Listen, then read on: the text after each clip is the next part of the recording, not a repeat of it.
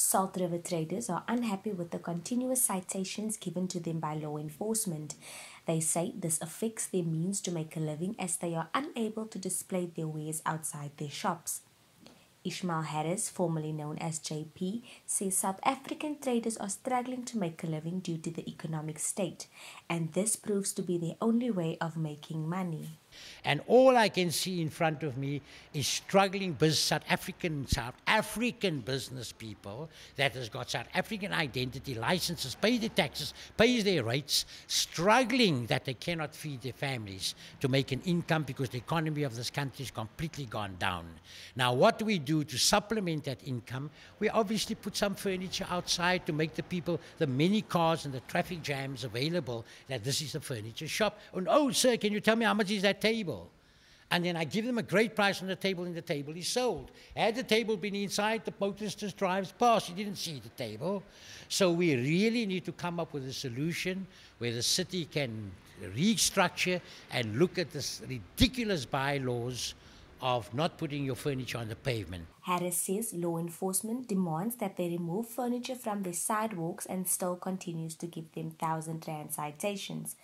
This causes them great distress as the number of fines are continuing to skyrocket. Now, at the moment, between me and my fellow trader across the road, we must have over 30 fines already. And how are we supposed to pay this amount for a ridiculous, what we call a ridiculous offense? Carpenter at World of Rustic Frames says he's been there for 29 years and has been carpenting for 16. He says they make sure there is an adequate amount of space for pedestrians to walk. He continues to say they are trying to make a living and this hinders their way of life. The law enforcement has got the cheek to come around here and give us a fine for something we're trying to make a living. Okay, I understand. It's a council pavement. He went on to say that he has gone to the civic centre in efforts to ask for a line that he would pay every month, and this proved to be unsuccessful. He says 1,500 rand fines are eating away at their pockets.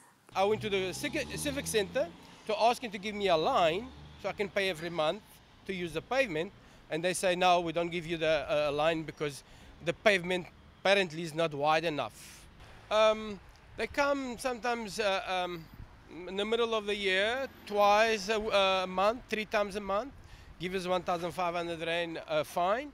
When it comes to Christmas, a period of Christmas, they target us for 4 times, 5 times a month, and they give us 1,500.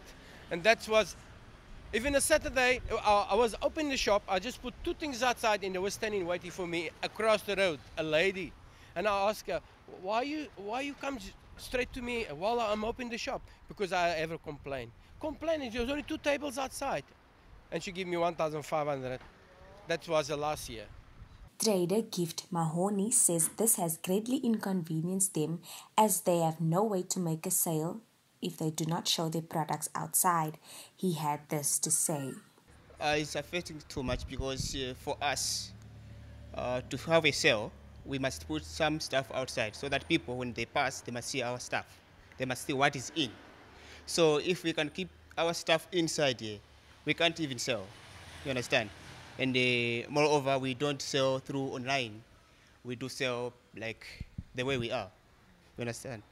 So when we put outside this, when we put our stuff inside, we can't have any sale, and we can't manage to parent. And you know, to have a shop is not easy. We pay a lot of money. In our landlords, they can't say, because you didn't make money, then it's fine, you're not going to pay. But still more, they need their money. The traders are continuing to call on the City of Cape Town to make away with bylaws that cause them to pay unnecessary citations and come up with a solution to support informal traders. For Our City News, Stephanie Pitt, Salt River.